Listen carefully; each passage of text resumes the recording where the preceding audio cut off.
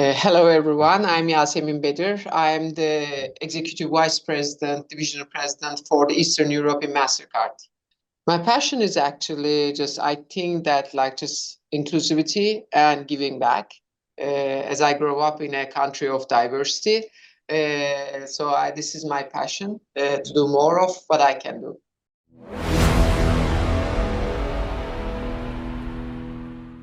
And it's really lovely to have you on Voices of the Future. We're extremely honored and privileged, Yasemin, for you to be here with us.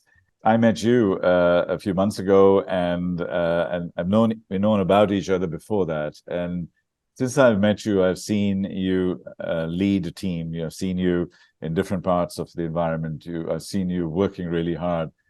And a lot of the core values that I really espouse, I saw in you. And that was actually one of the pure reasons why so privileged to have you here today. Tell us about little Yasemin, the cute little girl. Was she naughty? Was she jumping off trees? Was she a studious girl getting A+ all the way through her life? How did your early years shape, and was there anybody who really made a difference in your life? I think I was a very naughty girl when I was small. I don't remember myself sitting still. But I was always curious. I think that curiosity shaped it very much. And I grew up in a family where I have very strong role models of women. My grandmother, my aunts also, and my mother. They were all working people, and so they were very strong. So I think this shaped me a lot, growing up with really strong women. How I've seen and witnessed them standing up and for themselves, for their families also, and work hard, very disciplined, hard worker people. This had a big impact on myself, because I've never seen myself as a little child, because in Turkey most of the families that they treat you oh, you're little, so but I always have a voice, and they always give me that voice. But the biggest thing of what also shaped me for today is the tragic loss of my mom, and she died at a traffic accident when I was a teenager, and I took the responsibility of the family at that time. So one day you're a teenager, and the second day you become a grown-up person. So I think that this has a big impact on my teenage also years. Yeah. So how did that shape you? Did that make you more focused in your education, or just overnight you just had to grow up? I think both of them, mixture of that. So I can say that you feel like you're grown up. You feel like you're alone in the world, no matter you have a big family. And I was very lucky that I had the support of the big family, my aunts, my cousins, my friends, a big circle of friends, a big circle of people around me. But still, when your mom died, you become, no matter what age you are, also I'm seeing it from my friends that you became a grown-up person in one day, one night. And also we had some other, that issues at that time because of the tragic loss. So and you need to be, that strong. You don't show that inside, of course, that there's so many emotions are happening, but outside you don't show that much. And my mom was a very successful person, very disciplined, very hardworking person. And I always thought that so my mom wants me to become a better person, to be a successful person, to be a good person. So I tried my best also. And I was always thinking that that how it would be if my mom was here and see me and there are many things that shape it at that time. But it's very mixed, that you need to take care of people around you. At the same time, you need to take care of yourself. So this was not easy to manage. I know about 15 years ago, my sister suddenly died. She was visiting from the US, and she came in. She was 39 years old. And it sort of shook the family quite a bit. And interestingly enough, my father had passed away already. My mom ended up becoming sick. So I literally was the carer and have been the central strength and the rock of the family and friends and companies, I've always been the person everybody comes to. So I know exactly what you're talking about in that thing. But it builds a lot of internal emotional strength and emotional resilience that today in our business life, when we get ups and downs, and I get them regularly, as a business professional, I didn't get as many. I managed because I was heading Dow Jones and I was heading Bloomberg and so on. It was easy, okay, fun bits and pieces here and there. But today, as an entrepreneur, as a business entrepreneur, when I'm running my own place, when you get a hit on your body, it actually hurts. So you need to be emotionally resilient and be able to bounce and bounce forward in that way. What did you study at university? I studied economics, the business administration. Yeah. So you went down that track. So because one of the things I found with a lot of these interviews, that people who are just working as an accountant and they've gone into climate. They started as a psychologist and they become something else. In other words, people go in a different direction to where they had started, and they shape, then they rediscover themselves in some ways. And tell us about your career. How did that evolve? How did that develop? I started my career as a management trainee at the banking sector, but I've chosen, when you are a management trainee, they allow you to choose which sector or which department you want to work. But I started at the technology. I was a system analyst because I thought that the technology will be really important in the future and I need to understand technology really well. That's how I started. But shortly after that, I became a project manager. Then I became a product manager, marketing manager, and then like head of cards, that head of issuing, acquiring business, so in the payment arena. And then after many years of and many different banks, my last role was at the HSBC, head of acquiring. And then I moved to MasterCard 16 years ago as an account manager leading the accounts here. And then I became country manager and I moved to US. I became the North America also account management lead and managed a very big team and a big number of customers there. And I came back to Turkey to manage the Eastern Europe also division. So this is my last role also. I'm also covering an area starting from Ukraine to the Central Asia, like 12 countries right now. Yes, amazing. So you had a beautifully organized developmental career, and I totally recognize this because until about 6 years ago, when I left Bloomberg, I completely reinvented myself as a futurist. Up until then, I was literally going exactly like that. During that time, did you hit some bumps on the road, some challenges and difficulties that you had to find some inner strength to overcome? I don't think that has anyone not even experienced any bumps like there's so many, and especially in the corporate life. Exactly. I'm sure that I had many, but I think that the biggest challenge is that we have bumps every day. So it's just like how you overcome those bumps also, because I tried different roles. That's why I wanted to understand what my strength is. So that's why I started the technology. I worked at operations, I worked at marketing, I worked at product, but where I'm good at it. And also I worked at very challenging projects also. We launched really successful programs or platforms also, and I'm very proud of being a part of it.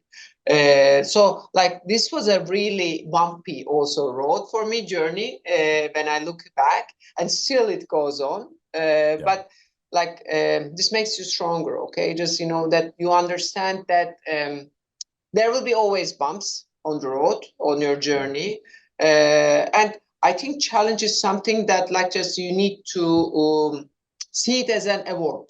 Maybe this might be something that you might think that what does that mean, but I grew up in Turkey, and every day we are having different challenges. So just when our school life also even starts from the primary school, it is very challenging. It's very competitive environment. So just since the day we born here, we are always trying to stand up also and struggle, work, that fall and again stand up. So things happen.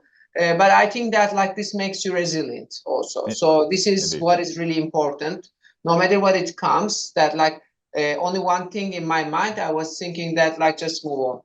keep on moving. So that's, I think that like it's really driving me just to keep on moving and just, you know, do better and to do something else, to do next.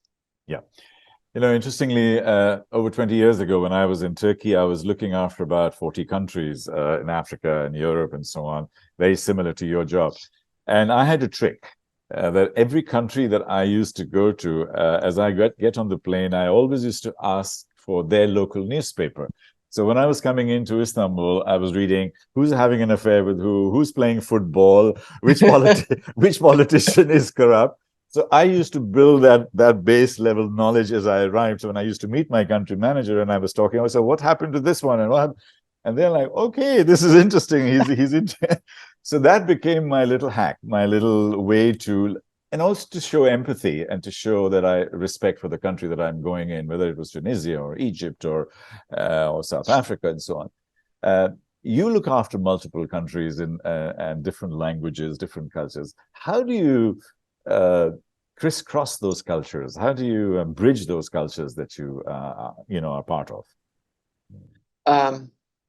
Very good question. Actually, I think I'm a good observer. Because I manage different teams, different cultures. Like many years ago, when I moved to US, all my team was very, very American, and I was the only person, diverse person in the team. So just like I'm an outsider. But definitely, I was making a joke of when I was leaving and coming back to Turkey to my team that like, so I didn't became American, but you became Turkish. So just like we were making joke of it. I think that like becoming a good observer, you need to really understand people, what drives them, what motivates them, because every culture has different, you know, that, and every person has different motives. So like when you understand what's the motivation behind them, what is their culture, respect it, show it, and recognize it. I think that like it pays off at the end. I think this is the most important part. I think you used the magic word respect, and I'll use another word, which is empathy. If we can empathize and think with them and learn with them and listen to them and observe them, then we are able to find that link. And I think people are very intuitive. If you're authentic in doing that, they'll see it. And if you're not, they'll see it too. And BS now you can spot it a mile away in 5 seconds. So I think authenticity is one of our big strengths. In terms of leadership, and you obviously are a leader of leaders because you've got a lot of teams that are leading products, countries, etc. What are the kind of attributes that you're looking for in leaders today? Leaders who are working for you and around you. What do you respect and love? Sure. Actually, like you said, empathy is one of them. You need to put a human factor into the core. This is very important for all of us. Authenticity. Inclusiveness is very important. Being an inclusive leader is very, very important nowadays. Also, like just diversity and inclusiveness. Also, creating value, looking above the, you know, that like it's not about the revenue or profitability anymore. Of course, it is important in the corporate life, it's but just to create a value beyond that. So just I think this is very important. So just like in MasterCard, we do have a goal, all of us, like just even as an EVP, that like we need to do what we are doing on the social responsibility. So just we do have a score. So even our bonuses are tied up to that score. So which is great, I think, that looking for that.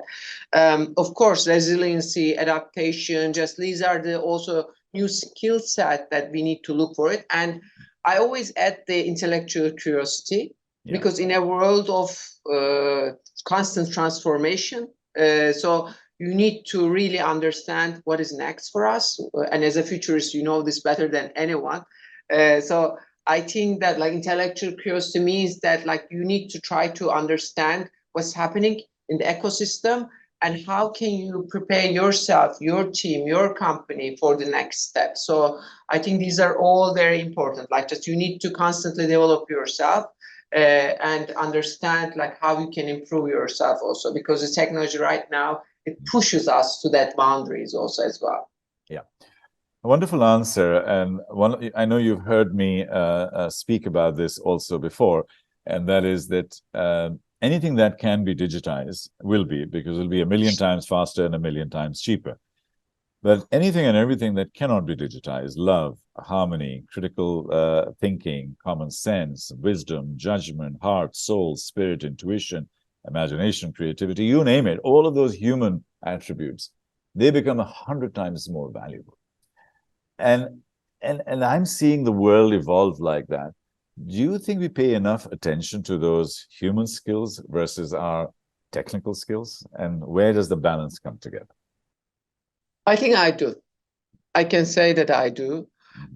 Because, for example, like just if you're hiring someone, just my team also, that interview the technical stuff and other things that like, Yeah. and then I do the final interview.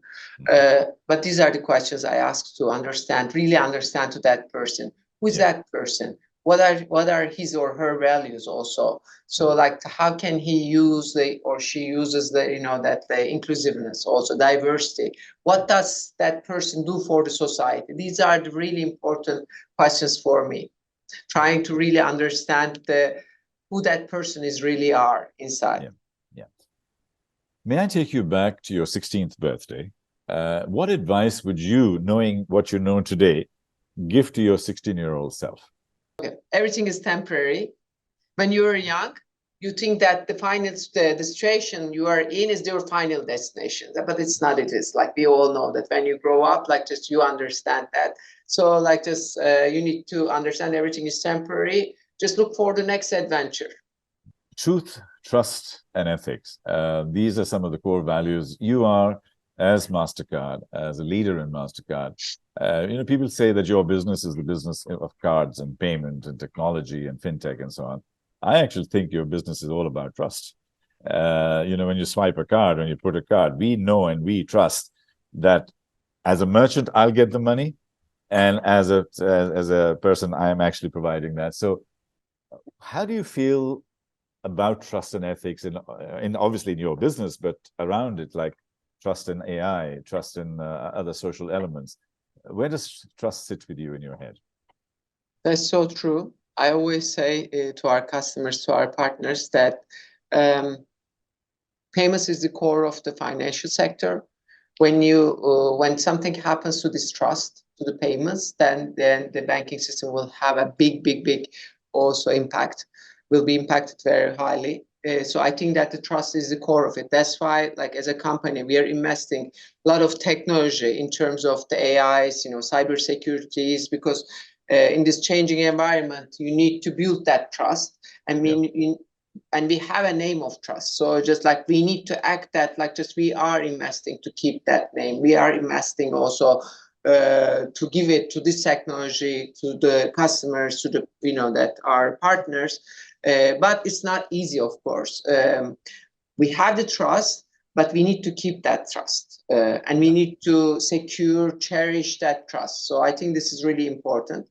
And AI is still in the gray area. I can say that. Like if you think of that, what does trust and ethic means for us? Like whatever we have right now, like in the finance sector, laws, other things, we have black and white. So we all know that. So it is legally approved or not approved. But the new technologies, new transformation brings also a big gray area to us. So what is in it for us? What does this gray area mean for us? How I am going to translate this to my business? So these are very important. And AI, I think that with AI, we need some time to adjust it. That's why like we need to really understand, digest, and also look for different support mechanism to really keep that trust.